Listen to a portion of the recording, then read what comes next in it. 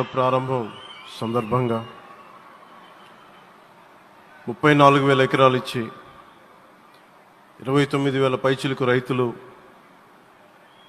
గత 5 సంవత్సరాలుగా నలిగిపోయి ఇక్కడికి వచ్చి రోడ్ల మీదకి వచ్చి ముళ్ళ కంచెల మధ్యలో కూర్చొని పోలీసు లాఠీ దెబ్బలు తిని కేసులు పెట్టించుకొని ఇంట్లో పెద్దవాళ్ళని కానీ చాలామందిని 2,000 పైచిలకు రైతులు ప్రాణాలు కోల్పోయి మీరు నలిగి బాధపడి మీ కన్నీళ్లు ఇచ్చేవాళ్ళు ఉన్నారా ఆ రోజునని చాలాసార్లు మహిళా రైతులు నన్ను అడిగారు. ఇది గౌరవ ప్రధానమంత్రి శ్రీ నరేంద్ర మోదీ గారికి తెలుస్తుందా అని ఒకసారికి 5 సంవత్సరాల క్రితం మీరు అడిగారు. నేను ఆ రోజు ఆయనకి తెలియకుండా ఏది ఉండదు, అమరావతి శాశ్వత రాజధానిగా ఉంటుందని ఆ రోజు మేమందరం కలిపి మాట ఇచ్చాం. ఆ ఇచ్చిన మాట ప్రకారం ఈ రోజున గౌరవ ప్రధానమంత్రి గారి చేతుల మీదుగా మళ్ళీ ఇంకొకసారి పునఃప్రారంభం జరగబోతుంది. ఇది ఆది శంకరాచార్య 1237వ జయంతి సందర్భంగా తిరిగి అమరావతి పునఃప్రారంభం కావటం చాలా ఆనందాన్ని కలగజేస్తుంది. మనందరం 5 కోట్ల మంది ప్రజలకి సంబంధించి ఇది ఒక హబ్, ఇది సెంటర్, నర్వ్ సెంటర్. ఇది అంటే మనందరికి సంబంధించిన ఇల్లు. ఇది మనందరం ఎవరిని అడుగుతున్నామంటే ఒక ప్రధానమంత్రి గారు పూర్వం సన్యాసాశ్రమంలో ఉన్నప్పుడు ఆయనకి అనికేత్ అనే పేరు పెట్టారు. అనికేత్ అంటే అర్థం పరమశివుడు, ఇల్లు లేనివాడని.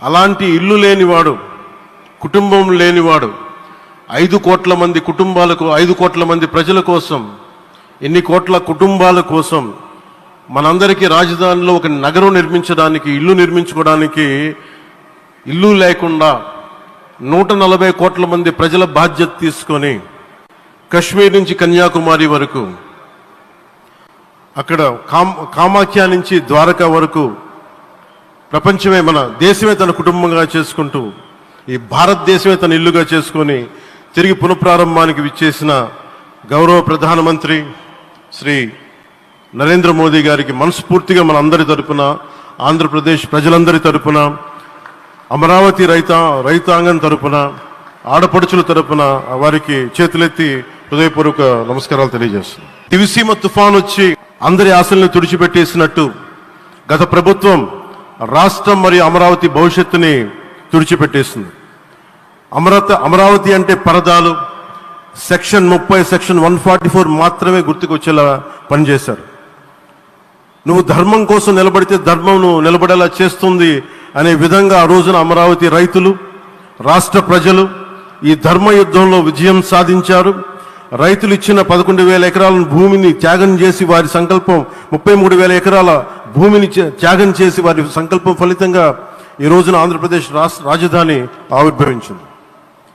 అమరావతి రాజధాని పనులు పునఃప్రారంభమవుతున్న ఈ శుభ సందర్భంలో ముందుగా రాజధాని నిర్మాణం కోసం స్వచ్ఛందంగా ముందుకొచ్చి తమ భూముల్ని, పొలాల్ని ప్రభుత్వానికి ఇచ్చిన అమరావతి ప్రాంత రైతులకు, మీ త్యాగానికి గత 5 ఏళ్లుగా మీరు చేసిన పోరాటానికి శిరస్సు వంచి మీకు ధన్యవాదాలు తెలియజేస్తున్నాం.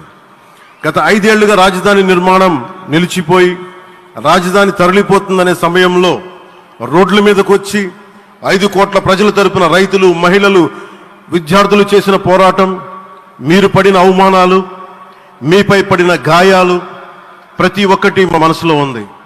ఆ రోజున దివ్యాంగులు కూడా లాఠీ దెబ్బలు నా గుండెలు ఇంకా సజీవంగా ఉన్నాయి. ఆ బాధ మేము మర్చిపోలేదు, ఎవరిని మర్చిపోనివ్వలేదు. అందుకని దానికి సజీవ సాక్షి ఈ రోజున తిరిగి పునఃప్రారంభానికి గౌరవ ప్రధానమంత్రి గారు రాక, ఆ రోజున మహిళలు, విద్యార్థులు చేసిన పోరాటం, మీరు పడిన అవమానాలు, మీపై పడ్డ గాయాలు ప్రతి ఒక్కటి మనసులో ఉంది. మీ త్యాగాన్ని మేము మర్చిపోం. మీరు చేసిన త్యాగానికి జవాబుదారీగా ఉంటాం. బాధ్యతగా అమరావతి నిర్మాణం జరిగేలా సాయశక్తుల ఈ కూటమి ప్రభుత్వం కృషి చేస్తుంది. అమరావతి రైతుల త్యాగాలను హృదయపూర్వకంగా స్మరించుకుంటూ వారి ప్రతినిధులుగా ఇక్కడకు విచ్చేసిన రైతులకి నా ప్రత్యేక నమస్కారం. ఈ పోరాటంలో వారికి ప్రతినిధులుగా సన్మానం అందుకుంటున్న మహిళా రైతులు పాత్ర, ప్రత్యేకించి అమరావతి మహిళా రైతుల పాత్ర చాలా అభినందనీయం. మీరు ఎంత నలిగారు, మీరు ఎంత రోడ్ల మీదకి వచ్చారు. మగవాళ్ళు ఆపేస్తే ఆడపడుచులు బయటకు వచ్చి తిరిగి పౌరుషం చూపించారు, ఆంధ్ర పౌరుషాన్ని చూపించారు. మీరికి నా ప్రత్యేక అభినందన. వాళ్ళు చూపిన సాహసం, సహనం అందరికీ ప్రేరణగా నిలుస్తాయి. వేదిక మీద ఉన్న నా మంత్రివర్గ సహచరులకి, గౌరవ ప్రధానమంత్రి శ్రీ నరేంద్ర మోదీ గారికి, విజనరీ అయిన గౌరవ ముఖ్యమంత్రి శ్రీ నారా చంద్రబాబు నాయుడు గారికి, సోదరులు లోకేష్ గారికి, గవర్నర్ గారికి ప్రత్యేకించి నా హృదయపూర్వక నమస్కారాలు, ధన్యవాదాలు తెలియజేస్తున్నాను. అలాగే ఇతర సహచరులకు, సభకు హాజరైన వారికి, రాష్ట్ర ప్రజలకు కూడా నమస్కారాలు తెలియజేస్తున్నాను. ఇక్కడ రైతులు భూమిని మాత్రమే ఇవ్వలేదు, రాష్ట్ర భవిష్యత్తును నిర్మించే ఆశలను, విశ్వాసాన్ని ఇచ్చారు. కానీ 5 సంవత్సరాల్లో గత ప్రభుత్వం ఆ త్యాగాన్ని అవమానించింది. 3 రాజధానులు అస్తవ్యస్త విధానంతో ప్రజల విఘ్నతని, అమరావతిని అగౌరవపరిచింది.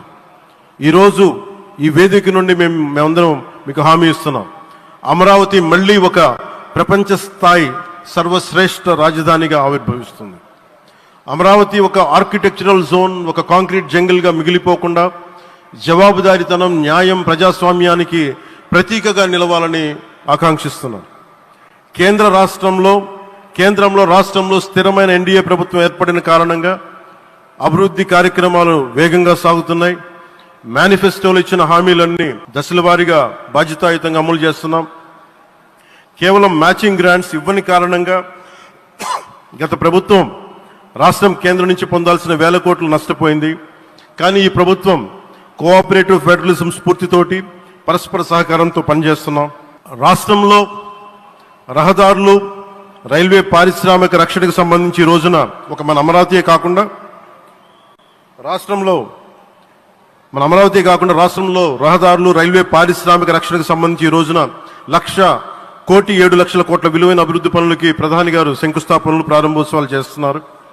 రాయలసీమలో గుంతకల్ రైల్వే, గోరంట్ల హైవే లాంటి వివిధ కార్యక్రమాలకు, ఉత్తరాంధ్రలో పిఎం ఏక్తా మాల్ లాంటి వివిధ పనులకు ఈరోజు శంకుస్థాపన, ప్రారంభోత్సవం చేస్తున్న ప్రధానమంత్రి గారికి నా హృదయపూర్వక కృతజ్ఞతలు. నేను అవనిగడ్డ ఎన్నికల ప్రచారంలో హామీ ఇచ్చిన దానికి అనుగుణంగా మనందరి ఆశలు మనకి ఆశించిన విధంగా నాగాయలంకలో మిస్సైల్ టెస్ట్ రేంజ్కి ప్రధానమంత్రి గారు ఈ రోజున శంకుస్థాపన జరగడం నాకు చాలా సంతోషంగా ఉంది. Now with honourable prime minister Shri Modiji and honourable CM Shri Chandrababu Naidu గారు, and together